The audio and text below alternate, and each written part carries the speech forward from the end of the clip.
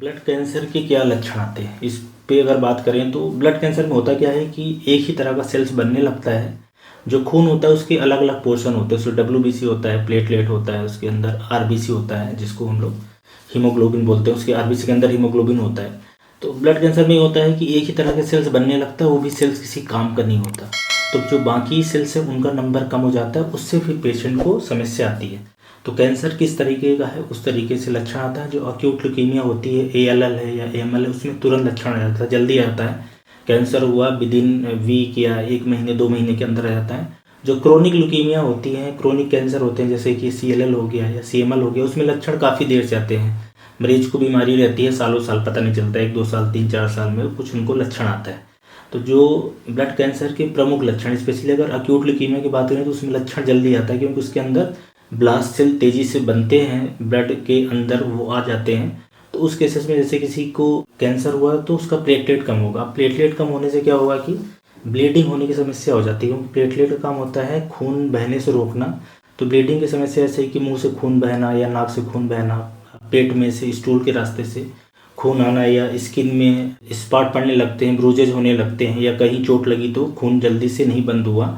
तो ये एक तो ब्लड कैंसर के लक्षण हो सकते हैं कि प्लेटलेट कम होने से खून निकलने लगना। इसके अलावा जो न्यूट्रोफिल है या WBC का नंबर कम हो जाता है, लिम्फोसाइट का नंबर कम हो जाता है, तो उस व्यक्ति को इन्फेक्शन बार बार शरीर में होने लगता है।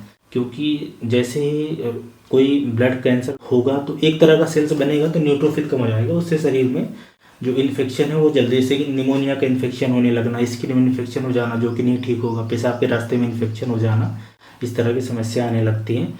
इसके अलावा इसमें जो व्यक्ति हैं उनको हीमोग्लोबिन की कमी हो जाती है, क्योंकि आरबीसी के नंबर कम होगा क्योंकि बोन मैरो के अंदर ये सारे अलग अलग सेल्स बनते हैं।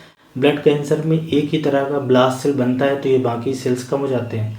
तो हीमोग्लोबिन कम होगा क्योंकि आरबीसी कम बन रहा है, उससे फिर थकान लगना, कमजोरी लगना, जी घूमना, सिर में दर्द होना, सांस लेने में दिक्कत होना, बैठे बैठे सांस लेने में दिक्कत होना, तो ये सारी समस्याएं होने लगती हैं। तो थकान कमजोरी के साथ में ब्लीडिंग की संभावना बढ़ जाती है। इसके अलावा बुखार आना, मतलब पेशेंट को कमजोरी लगना, बुखार आना, वजन का कम हो जाना, भूख नहीं लगना, रात में पसीने आना, ये सारी भी समस्याएं हो सकती हैं।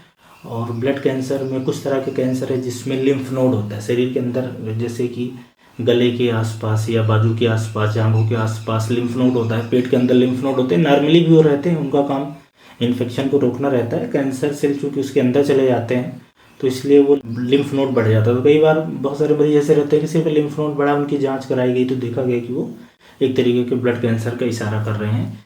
इसके अलावा जो ये कैंसर सेल बढ़ता है, ल्यूकीमिया के सेल बहुत ज़्यादा नंबर में हो जाते हैं, 50,000, 60,000, 1 लाख, 2 लाख, 2.5 लाख, 3 लाख, ये जब ब्लड के अंदर बढ़ते हैं तो इनसे भी समस्या होती है।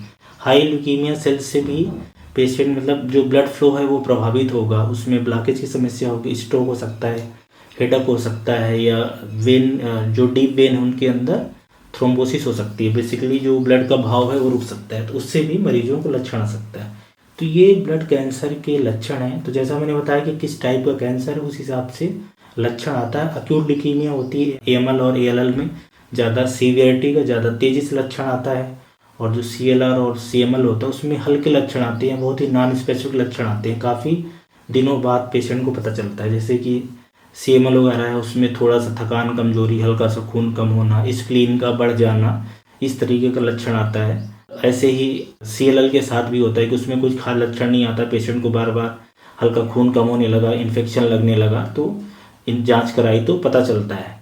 तो बहरहाल ये जो लोग क्वेश्चन पूछते हैं कि ल्यूकीमिया में या ब्लड कैंसर में क्या लक्षण आता है, तो आप ये समझें कि ब्लड कैंसर मेन लक्षण है कि खून ना बनना, हीमोग्लोबिन का कम हो जाना, WBC का कम हो जाना, प्लेटलेट का कम हो जाना, उससे समस्याएं आती हैं और उससे संबंधित जो उनका काम होता है वो प्रभावित होता है, उससे लक्षण आते हैं। फिर उसकी जांच कराने पे ये पता चलता है कि ये ब्लड कैंसर हो गया है या हो सकता है। तो ये ब्लड कैंसर के क्या लक्षण होते हैं उसके बारे में जानकारी थी।